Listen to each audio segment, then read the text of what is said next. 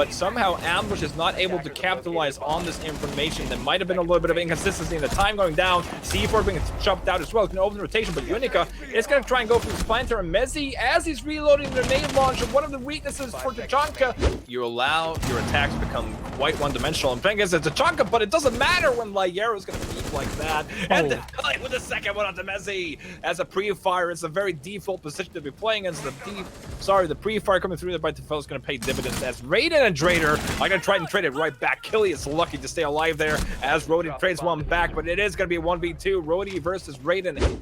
Absolutely that. And you hear people dropping as well, and they're not got any guns towards the dirt. As you said, there's the dirt push coming, but Drader is somehow still going to win that one towards Killy. There's a timing a little bit off there for Ambush, and Unica contemplating his life choices on top of the kitchen hatch. Wow, that's a new low for me. But Killy is going to find himself on another low as he's dead. Joshua and DeFell is also going to fall, and this SKADE, where have you been throughout the season? I know it's Clubhouse on defensive side, but Rody with a double kill is all of a sudden going to try and net this one right back for his team. Unica and Rody the only ones remaining alive for Ambush. SKADE though, two of the players low on damage, but they still have, on HP, but they still have their guns, and as long as they can aim them, I say that Unica just jumps in. Joshua on rappel, not able to finish off Drader. The CCTV wall is going to be opened up to them. They should know that two players are off the site, and Joshua and Killers is just going to try and push here, but they have no garage control because one of the players off site is of course playing inside of garage. That's going to be risky, but Joshua is going to take one down before he goes, but Raiden with a 4K for himself. You would expect the opposite to be true if they weren't playing to win or playing as a team, and then all of a sudden Raiden's just going to do what he did. Oh! Nice timing, Alex. I'm gonna give you that one. Absolutely, and we saw it. Mezzi just trading up here, and it's a 2v2 now. Now, of course, this is a problem here for the Monty. He's gonna have to crash through this. Mezzi, though, is stepping up as the couch here, and now this is an entirely different situation here in a 1v2 with a Monty on her side. Now they know where he is. Mezzi's gonna go up to plant, but Unica's gonna land the initial shot, and it's only the Monty luck, but Unica's gonna step up huge for Ambush, and that is unfortunate for SKADE as they turned everything around to their end. But just as we've talked about, Jack, in Tier 3, sometimes you get a little bit ahead of yourself. I would argue Monty is a high-skilled player, operator in terms of it's really easy to tell a good Monty from a bad Monty, whereas other, like an Ash, it's like, I can just shoot people. I say that, and Hyrox and the rest of SKADE, I was going to say Ambush, is going to be able to clean that up. They actually tried for a little cheeky one still inside of blue, though. It's going to be Raiden. I'm sure Fabian won't mind me saying this, but we were developing this counter strategy in the hotel room the night before, and Fabian was like, you are high if you think that we're going to allow this strategy to go through. And I was like, no, Fabian, we need to do it. Trust me on this. Trust me. And it took about 2 hours of convincing as we just see the defense go. And so they have full intel as to where this Maestro is, and a pre-fire could potentially be deadly here, and it's gonna happen as well. I just jinxed it in a positive manner for SKADE. Now a 2-man advantage, making a 3-man advantage as Raiden is just gonna ignore the smokes, push through, but this time he's gonna try and ping. Gonna be someone to catch that one up, but Joshua's making dividends on the side, and Kilius as well. It's now 1v2, the Kilius against a Monty, and of course, Hyrox, but there we go. Lyero with the hipfire pistol. It's going to be the opposite. Other than that, try to just gun down his opponents. And Chaos still with plenty of time left on the clock here. And Granit having lost 2 players already. It's not looking too good. And with Red Group picking up Rava as well, this smells disaster with Red Groove just walking into sight. Gonna start getting the plant down, and Hannes will have to ace. He won't.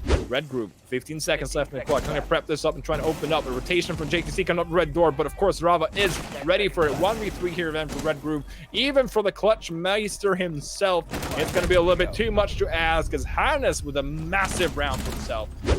He didn't have the window open. I said, oh, it's a good one. It's a good one. It's going to be a rush from Chaos through blue, taking a lot of damage here, but it is going to be Vito yet again to open up the show here. We keep talking about him. No, it's not. It's not going to be time for this rotation, and why not? You're going to have someone holding the window. It's going to be Hyperino. Oh, it was a little bit of freebie. Jinx, that'll take a lot of damage. He's actually going to be killed. A lot of a freebie here, but Ted is quick on the trade here as Redgo's going to try and push. He is the Clutch Master. He's going to take 1. Is he going to be able to take 2? He knows that 1 is down to Red Stairs, but Rava says nope. and he just runs away. He's seen what Red Group can do. He's seen those ace clutches, and Chaos will have to amount to, or sorry, save themselves for his 4-2 half, but still 4-2 attack on Clubhouse. I'll take that any day of the week. Like, I mean, obviously you don't, if you find a 200 IQ play, you're not going to bring it out in a tier 3 tournament regardless. You still want to save that, I guess. And oh, Harness with the opening killer on the Ash onto Hoshi as well. That's a good start to get on Need. That's with swap sides. Keep that in mind. Oh, Harness onto Hyperino as well. This is the potential that we know is inside of this player. Vito and, I mean, they're finding kills, but it doesn't matter because the side is all exposed. Granit's going to take an Emperor of the backup as well. It's a post-ban situation. Vito's going to find the first kill, and Emperor somehow is going to bust his shots into Red Group. Red Group sporting himself an 8-1 stat line so far, but is he going to be able to clutch a 1v2 though in a post-plan situation? The nobody is. Nay is going to come through. He knows by the indicator he should not be able to die from that one. He's going to try and push this, so we will soon give away his position. And then Rob, as soon as he hears that, he's going to swing. Looking at this, though, and talking about Hyperino, we've seen Harness is the only player left alive here in a 1v5. He's going to have to clutch aces, and they know exactly where he is. And he is on the rappel outside.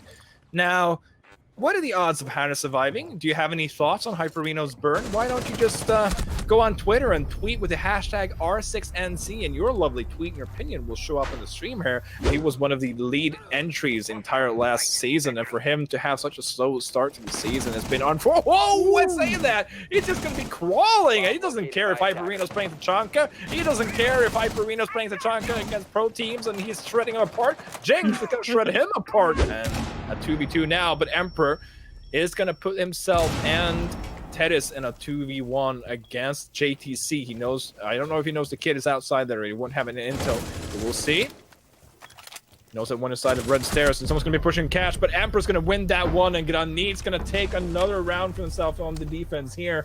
So maybe if they say to secretly, hey, come to Granit, and we will also give you Snickers and hot, because secretly is also Swedish. This might be a Swedish thing. Oh, never mind. Rava, huh? I mean, Snickers didn't help you there, Hyperino. Yeah.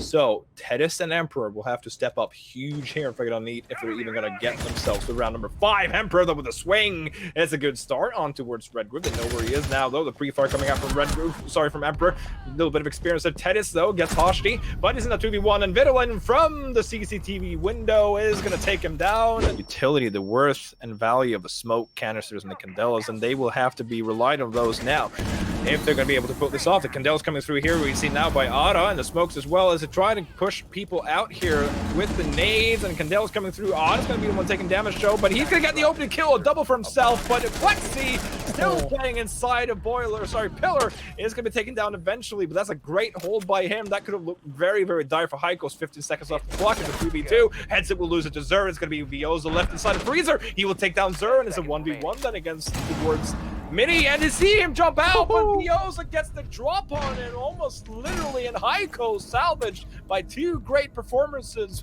by 2 defenders. And he got the kit as well, and with all the playing from all the way downtown, it's just impossible to go through it, and the push is going to come from behind, and finally, no, I was going to say it wasn't Hedzo to foul. Hedzo is just going to hold left click and clean up the round for himself. Nice cover coming through by his teammates as well to make sure that he doesn't get shot in the back. Just going to try and put a little pressure from below the nades, but he's going to have to do it now. 20 seconds left. Smoke cannons is coming through. He's going to hold this push from Attic. Nades are not going to land or find anything here. Ada knows that someone is inside of stairs, so is he going to be able to find a kill? He will. 10 seconds left. Another one in the stairs, though, and with Ludipark shutting up as well. There's only Nikas and Kuda left. Now, stretch that, make that Nikas to work against Doge and Heads.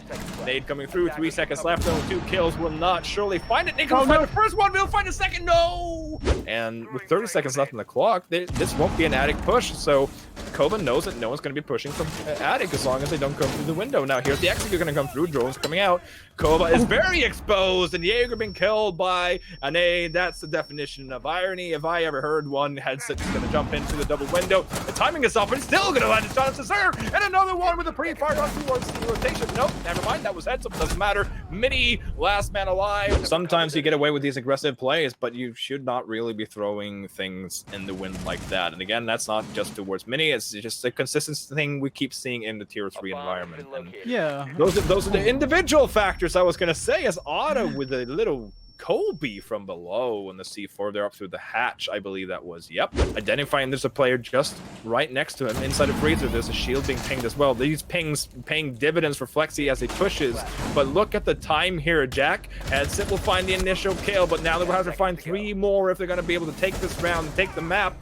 And they will so far, I was going to say. Nick is with the trade. Plant's going to come down for Headset, but the rotation, Nick is going to hold that. Plant is not going to be able to finish, I was going to say. It seemed like Nick almost didn't find him, but it did in the end. Watching Heiko stay on the match point as they're going to set up this attack. 5v4 disadvantage this time. KOVA needs to get another 4 rounds in a row, though. Keep in mind that KOVA, regardless of what happens, there we go, Minute, we just talked about him. Is he playing a Jaeger shotgun? And he gets himself a kill with him, and Nick does as well. All of a sudden, we were talking about singing praises, and Minnie, I'm going to have to give you that one. That's not something I see in my kill feed very often, but there you have it. Doji's got to get another one with the red dot as well. Minnie is like, all right, okay. Is he going to get a third one? No, from range. He didn't believe. It wasn't the SIS shotgun. If it was, it would have been a clean kill, which means that Minnie and Zur are effectively the only players left alive. I say only, but Zur trying to even out the numbers. Say Ada is down. Oh, Flexi, is he going to be able to capitalize on that? He was. That's nicely done by Flexi. Minnie was so close to getting the revive there, but Zur is ready. Between the only person standing between KOVA and getting himself to overtime, but he won't. Oh, I say that. I saw that as him going down. Inside of security, though, no time is going to have to stick this, and surely Doge Father will be able to just go and clean this one up. 3 seconds left. There you go. Time still ticking, and keep in mind, reading is the site. Oh, this angle as well from Terran could be potentially lethal here. Ivan gets a kill on Kaku, though. Ivan's got to push even further. Tries a little pre-fire throughout the wall, or through the wall, I would say. But Ivan doesn't need a wall. He will just face the hailstorm head on and be successful. Mango gets a kill as well, but VML will finally be able to shut down Ivan. Oh, he still has that one drone. And that's, of course, this is good. It's good they still have that drone. Now, obviously, they're not going to know exactly when he pushes, but someone's inside of Laundry. Now that he's going to swing out from Laundry, there's a pre-fire. Now he should know that someone's in Laundry. Might be expecting this. Good game assist by VML, but Assassin denies him regardless. Less than a minute now, and Ivan with the C4 is also going to go fish, and he's going to hook BMZ on it. Hook, line, and sinker, I was going to say. Rotko still outside on the window as well, and now with less than a minute, Jadus and Rotko's going to have to come up with a little miracle of themselves. BMZ did not appreciate that. Well, you could do that. It's going to be those 10 seconds, tons of kills that we spoke of earlier. Yuki might be caught out here, though, in the rotation, and he will. And Terran as well, taking a little bit of initial damage there. Mango's going to try and hold it here. The push is going to come through. Jadu's taking a damage. He's going to take 1, though. Is he going to be able to take 2? No. Mango will hold it. And Ivan almost wants to push this aggressively. Mango, 11-1. We talked about him before the game that he can pop off, and right now he currently is doing just that. BMZ and VML left in a 2v3 here against Assassin, Ivan, and Mango on the side of Riddle. Now, just playing off audio, Assassin quite well there. And, yeah, VML, Mango on a tear. I think it's 12-1 now with that kill. 12-1. I'm not saying there was a potential comeback, but this is looking like a 7-0 all day long. Yeah. Plant. Mango is just going to try and set it down and plant. VML knows someone's close to him. Will get the first kill. Can he get another 3 kills on the pulse plant here? No! Mango with 1 death in 7 rounds.